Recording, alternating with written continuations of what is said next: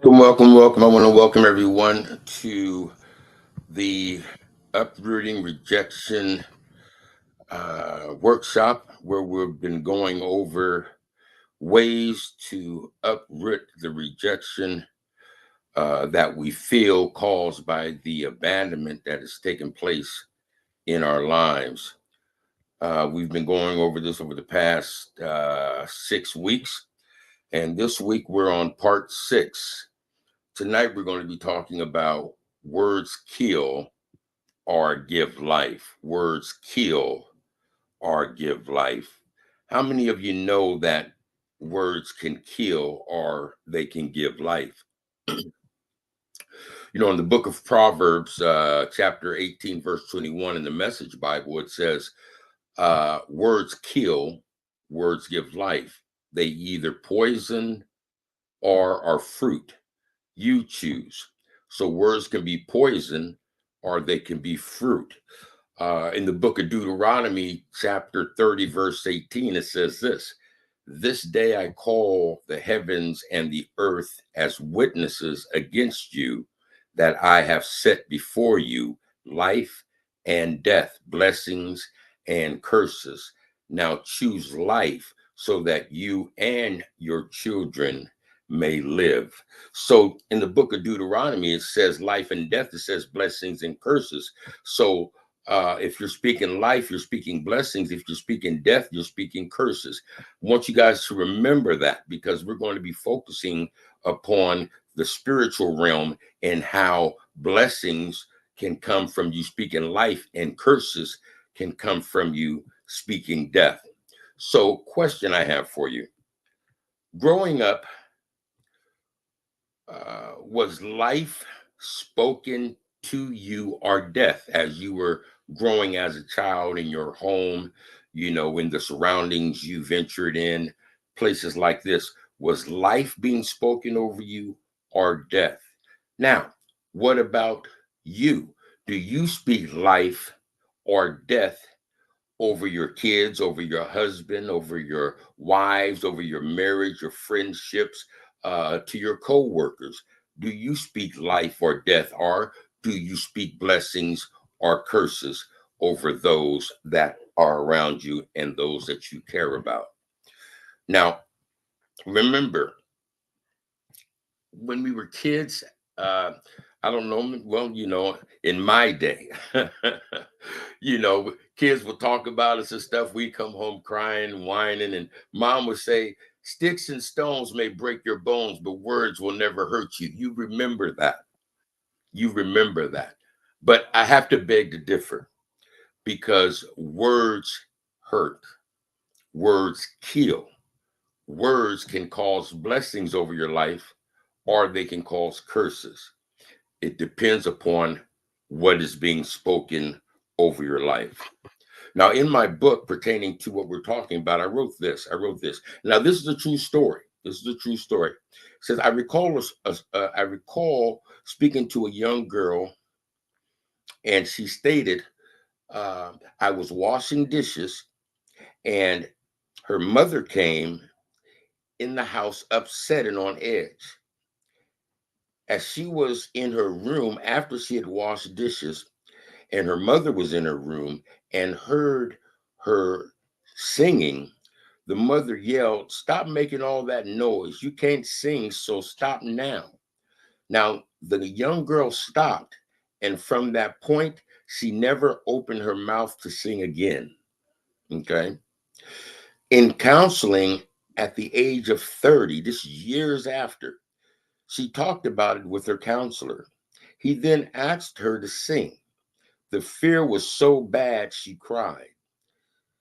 As she started to sing, he was amazed at her voice and told her what a strong voice you have and how she needed to sing more. She became an opera singer and overcame what was spoken over her out of anger with no real intentions of hurting her. You see, sometimes people can speak from a place of rage or a place of anger and say things that can penetrate a person's heart that they never forget it, and they begin to respond in a negative way based upon that. Words kill, words bless, words can be spoken, and a what is called a word curse can be put over your life. A word curse can be put upon your life due to the things that have been spoken to you. Now, in the book of Colossians, I think it's chapter 3, verse 21, it says, "Fathers, provoke not your children to anger, lest they be discouraged." Lest they be discouraged. Now, this is basically for fathers, because fathers are the disciplinarian. So when it comes to them disciplining their child, we cannot do it or should not do it in a place of anger or rage. Okay, because we can provoke that child to anger, and from that they can be discouraged. Okay, so let's look at the word provoke. What does provoke mean? Provoke means a stimulant or incite someone to do or feel something, especially being aroused by arousing anger in them. So we could say things to a child. I'm quite sure you said some things, for those that are parents, to your teenagers or those that are 11 or 12, and you know how they think they grown, they know everything. But you say something in a certain way and they get angry. Now, if they respect you, they're not going to mouth off, they're not going to say anything, but you can see the anger on them. Okay. But then you have those that, they may try to mouth off and this, that, and the third. And this is the anger that came from the provoking of what was spoken to them. It's not what you say, it's how you say what you say that makes all the difference. That makes all the difference. I wrote this in my book. I wrote, "We as parents must be mindful of the words that we speak over our children. The enemy will cause us to react to situations that come about. And before we know it, we have said things we can't take back." How many of y'all have said things to people, your significant other, your wife, your husband, your kids, that you wish you never would have said? Because some of those things that were said are still affecting them today. And in some cases, you may get into a little spat or whatnot, and they will let you know, "Do you remember when you said this? That really did something to me." Da da da da da. Words can kill. Okay. It says those words can be piercing to the heart of a child and can open doors of anger, perfectionism, and pride. The harsh comments that seem innocent to you are tearing your child apart. Or maybe the child was the child was the child's upbringing was the like. I'm sorry, I read that wrong. Let me go back. Child apart, or maybe that child was being told things like, "Move out of my way. I'll do it." Have you ever been told that? You're doing something that you were asked to do, but maybe you weren't doing fast enough. Maybe you weren't doing it the right way. And instead of them correcting you and showing you how to do it, they just say, "Get out the way, I'll do it." Can't you do anything right? You ever been told that? You're going to be just like your father or your mother or your cousin or your nephew, that negative individual in the family. You're going to be just like them. All right. Why can't you be like your brother or sister? You have that brother or that sister or that cousin that is a straight A student. They don't do nothing wrong, and everybody say, "Why don't you just be like them?" Uh-huh. I wish I never had you. Now that is something that is, oh man, that's piercing to a child, being told that, "I wish I never had you." This is a typical scenario in which the negative words spoken over someone's life begin to alter their self-perception and causes them to live in accordance with what was said. With what was said. I recall growing up, and being told you're going to be just like your father, or you're going to be just like your uncle. And I didn't want to be like them. I wanted to be better than them. But do you know what you focus on is what's going to be? What you focus on is what's going to be. So I'm focusing on not being like them, and guess what? Came out just like them. Can anyone? I mean, am I the only one? I mean, you don't want to be. Your mind is focused. This is what's on your mind. So if this is on your mind, this is the way it's going to happen. It's going to happen. So if you choose not to be like an individual, don't focus on them. Don't use them as well. I'm not going to be like them. You get a lot of women and you get a lot of men. You tell a woman, you just like your mother. No, I ain't just like my mama. But they know they are, but they don't want to be. They never wanted to be, because they didn't like the way their mother was. And what happens a lot of times is, if they didn't like the way their mother was, they probably don't like the way they are. So how can you love if you don't have love for yourself? Ooh, that's a tough one there, huh? How can you love if you don't have love for yourself? Because if you hated your mother or disliked your mother, I don't want to use the word hate, but had a strong disliking for the way that she was, or the way your father was, or whoever it was, and you feel that way, and you're just like them, you probably have that same feeling about yourself, not wanting to admit it to the world, but within yourself. Don't lie to yourself. Don't lie to yourself. Okay. If words have power, get this.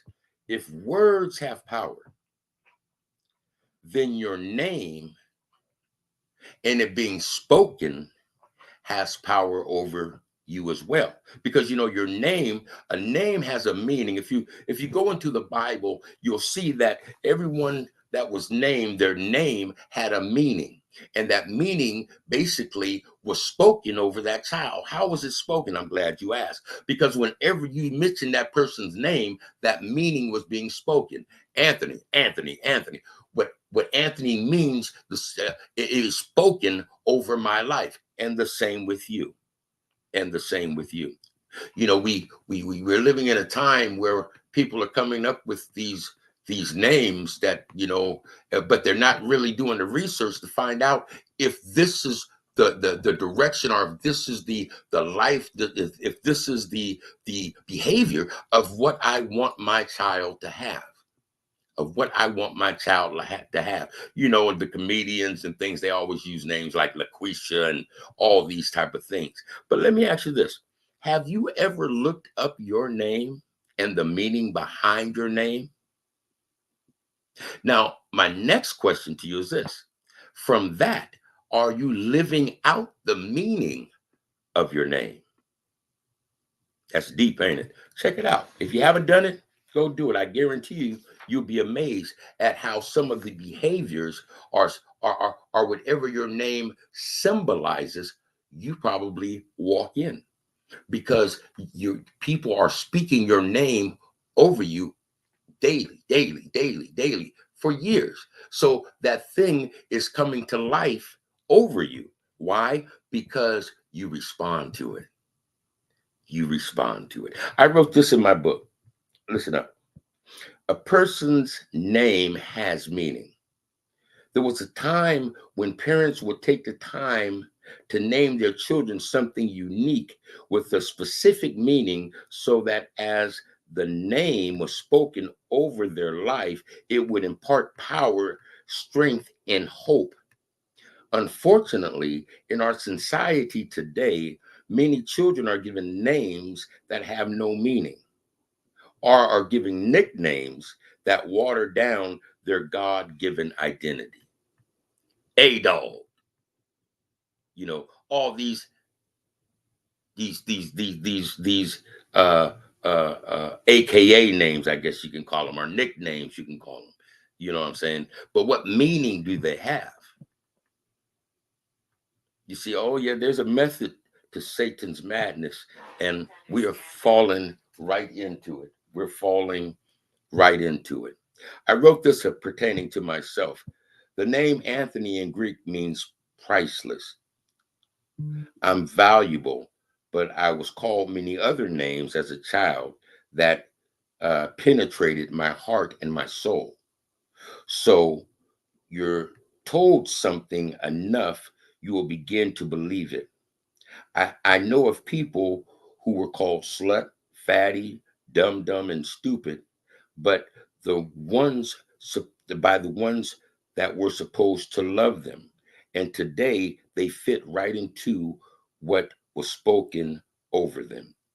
What was spoken over them. As I stated, a person calling you dumb, the first thing you say, I'm not dumb. I'm not dumb. But you focus so much on not being dumb that you become dumb. You see, slut, you know, I ain't no slut, you know. But what ends up happening is you begin to gravitate more and more towards that because this is what's on your mind. As a man thinketh, so he shall be, is what the Bible says. My God, my God, my God. So I went deeper. We got this thing called AI. So I put in the AI. What's the meaning of Anthony? Okay, so it said this. It said looking up the meaning name. So in the Hebrew, it's flower, and in Latin, it's praiseworthy. Okay, and in the Greek, as I just stated to you, it means priceless. Okay, so Anthony carries meaningful connotations across different languages in cultures. So people calling me by my name spoke blessings over me so that I'm able to live out what the meaning of Anthony is. Y'all get it? Look up your name, see what it means, and see if you're actually living it out in your own life. In your own life. We're talking about words spoken. We're talking about how words have life and death. That words are speaking blessings and curses over individuals. We're living in a society today where everything's a curse. Every things that are coming out of folks' mouths is just ridiculous. And we're not understanding that we're speaking curses not just over people's life, but even over our life. And we need to really take a look at this and begin to understand that when you speak in love, you're speaking blessings over people and yourself. And you may see doors open that normally wouldn't open for you because of the blessing. Many of us are getting doors shut on us because of the curses that are being spoken over our life.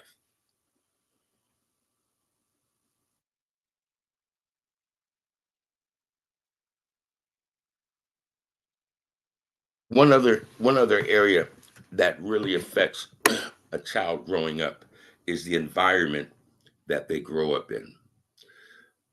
The word spoken in the home, it can affect a child more than what we think. Children mimic what they see. So if you're going around the house cursing and yelling at each other and speaking a bunch of negativity, you know, all that negativity that's in the atmosphere is going to rest upon that child. Why? Because Satan wants to attack a child at infant stage and allow them to grow up moving in a direction that is not suited for them. So all this negativity going on in the atmosphere is resting right on that child. This is what I wrote this pertaining to that in my book. I wrote foul language and negative words can release curses into the atmosphere. And upon those uh, you're talking about, when you use this type of language around a child, they are more to be exposed to demonic spirits and witchcraft. As the nature of rejection has taken a foothold over the child, these spirits can enter in and cause issues in their life. What type of issues? Glad you asked. Rebellion, an untamed tongue, and a lack of respect for authority. I'm gonna stop right there real quick. Can you see this in the up and coming generation? Rebellion. You say do this, they say no, I'm gonna do that. An untamed tongue and no respect for the elders or authority. And just like I said right here, lack of respect for authorities. Can you see it? Where does this come from? Where does it come from? Hmm. These are things you will see in a child that has come out of this type of environment. I'm not going to say household, I'm going to say environment, because you have households that don't speak negatively, but that child may go into an atmosphere or an environment where it is. So it may not be your home. This is why it's very important uh, to really check out the people that your child is hanging with, the household. A lot of parents, allow their kids to do almost anything. And if you were pretty strict on your kid, and you call that parent and say, "Hey, my child's going to be coming over," and you get to know that parent, you say, "Oh, well, they're nice," but you don't know that they just let their kid do anything, smoke weed, curse at them, do all kind of stuff. And so this type of environment can affect your child, and your child can come back with some of that stuff on them and begin to disrespect, rebel, and have a lack of respect for you and authority. So you have to be very mindful when it comes to kids. And some of us, I know for myself, I used to love going places where I could just do what I wanted to do, and everybody thought everything was cool at the house. But as we grow up and we mature and we have kids, we see, hey, that was really a messed up thing there. It was really a messed up thing, because it bred in me something that my parents didn't want in me, that they didn't want in me. All right. All right. Y'all following along with me? We talking about words. We talking about life or death. We talking about blessing our children instead of cursing our children. We talking about speaking life over our children instead of death over our children. Better yet, hey, I'm talking about speaking life over your marriage instead of speaking death. You go and you talk to your girlfriend, or you talk to your homeboy, and you just talking all this craziness about your wife, or you talking all this craziness about your husband. That stuff is going in the atmosphere, and it's alerting demonic spirits to come and bring that what you're talking into your relationship. Bless your relationship despite what you may be going through. If you can't say nothing good about it, don't say nothing about it. You don't need to be putting that stuff out there. It's hard enough to keep a relationship going in the right direction rather than having these demonic spirits come in because of things that you are saying to other people pertaining to your relationship. All right. Here's one, y'all, that I think many of us go through, but we don't understand the damage that it brings. Verbal abuse. Do you know verbal abuse is more damaging than physical abuse? See, physical abuse, you can hit somebody in the eye and they'll get a black eye and they'll hurt for a while. But in 3 months, that black eye is gone, and your black eye, and you feel okay. But you can say something to somebody that will penetrate them, and it will stay with them for the rest of their life. Verbal abuse is more damaging than physical abuse.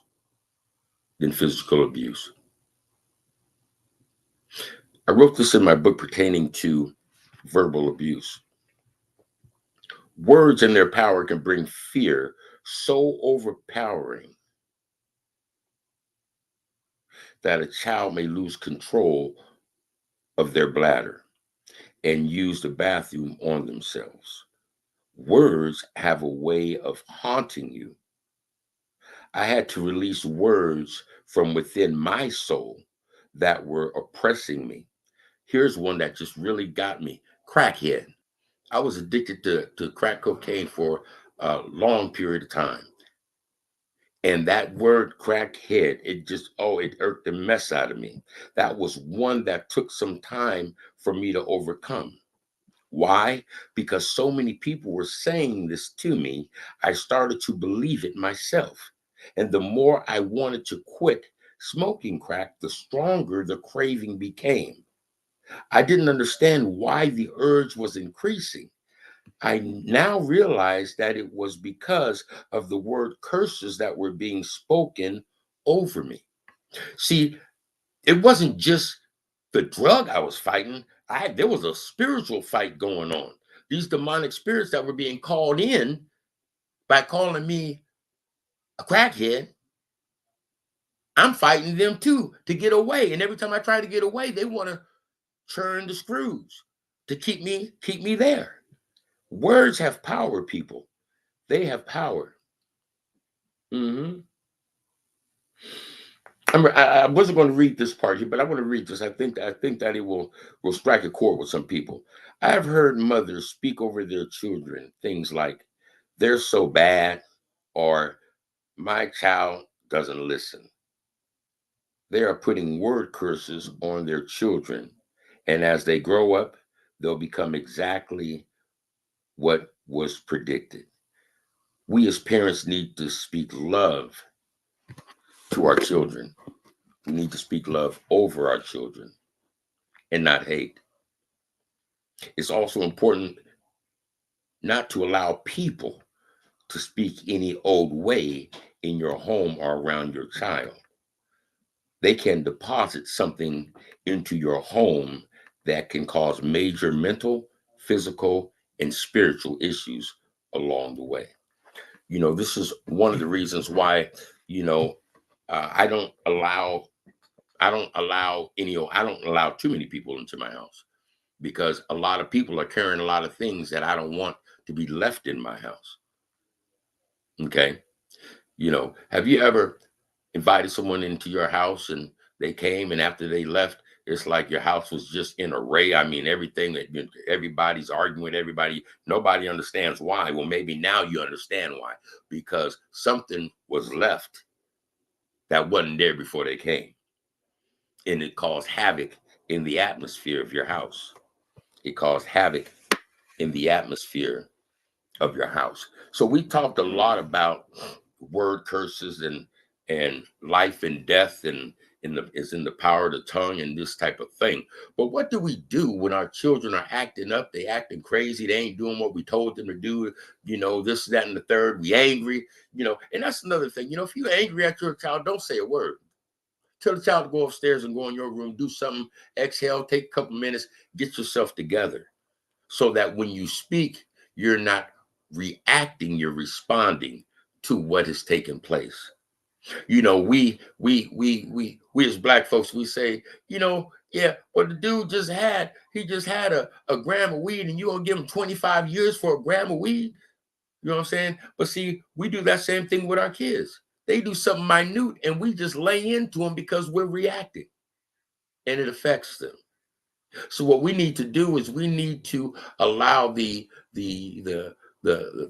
what to say whatever it is that they did, make sure that the discipline, or what you do, or how you do, is the same. Is the same. Okay. So disciplining our child, we must do that. God said, "Bring up a child in the way that they should go, and they shall not depart from it." He also said this. He said, "If you spare the rod, you're going to spoil the child." So that tells me that pulling out that rod, pulling out that belt, that's the way to go. It's in the word. Okay. The powers that be want to try to tell us, no, you can't spank your child. The devil is a lie. I'll tell you, my kids, they know. Yeah, they know. So, uh-huh, uh-huh. So I want to read this real quick. This is what I did. Okay. And I added into the book. I said, in some cases for children, there's the old fashioned belt to the bottom. Okay. I believe in it because the Lord said it. Do what you have to do. You don't have to use foul language. You see, we get to talking to our kids like they a grown person when we're angry. Okay. But we should not be doing those type of things. Okay. You do not have to use foul language. Just get it over with. Give them that spanking. Give them that spanking. Now don't go crazy. Like I said, take some time away. Come on back. Do what needs to be done. Okay. and then leave them alone in their room to heal and to think about why what just happened. Now, then come back and ask them, do you understand why you received that spanking? Then explain to them that their choices have consequences. And this was a consequence to your choice. Now, what this does is it shows respect and it teaches them how to make right decisions. See, what we're doing, if we're just going hog ham on a child out of anger because they done did something that we don't want them to do or told them not to do, but we're not teaching them that your choices have consequences. It don't matter if it's a good choice or a bad choice. There's a good consequence and a bad consequence. And it just so happens that this consequence is a bad one based upon your bad choice. But we also want to praise them for making good choices because the good choice brings a good consequence so that they can see the difference. So as they grow up, they're not just going to jump and do, they're going to look at it and say, okay, so if I do this, this might be the consequence. This may be what takes place. Or if I do this, they can weigh the odds. Right now, kids just do whatever they want to do, whatever makes them feel good. Because in some cases, there's no consequence. So they don't know. But we as parents must teach them. And see, a lot of us grew up with no consequences. So how can you teach a child to have consequences to actions when you didn't have consequences to actions? That's why you need to get the book. The book will teach you a lot of things about yourself and the abandonment and rejection that you're feeling. And it will help you to not allow that generational curse to go on into the next generation.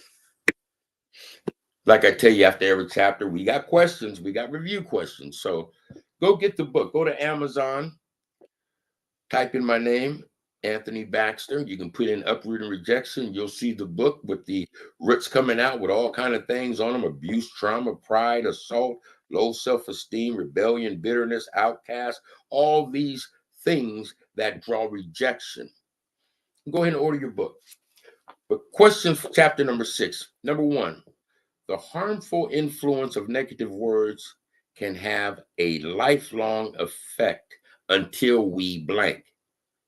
Now, the answers are in the book. I done went over some of them. So, number 2, verbal abuse can cause just as much emotional damage to a child as hitting them or violating them. True or false? And number 3, choose words that will blank your child and make them feel blank and blank. All right. You got to read it to get it. You got to read it to get it. All right. Number 4, why is it important for parents to seek professional or to seek professional or be professional in dealing with a child suffering from the effects of deep rooted rejection or abandonment? It's in the book. Number 5, when a child consistently hears negative words being spoken over them, they will eventually begin to believe them, true or false. It's our responsibility to blank and blank up our children in the way that they should go so that they will not depart from it. Now, if y'all know the word, you know that one. All right. Number 7, when children are given names with no meaning, it can blank. All right. These are the 7 questions for chapter 6.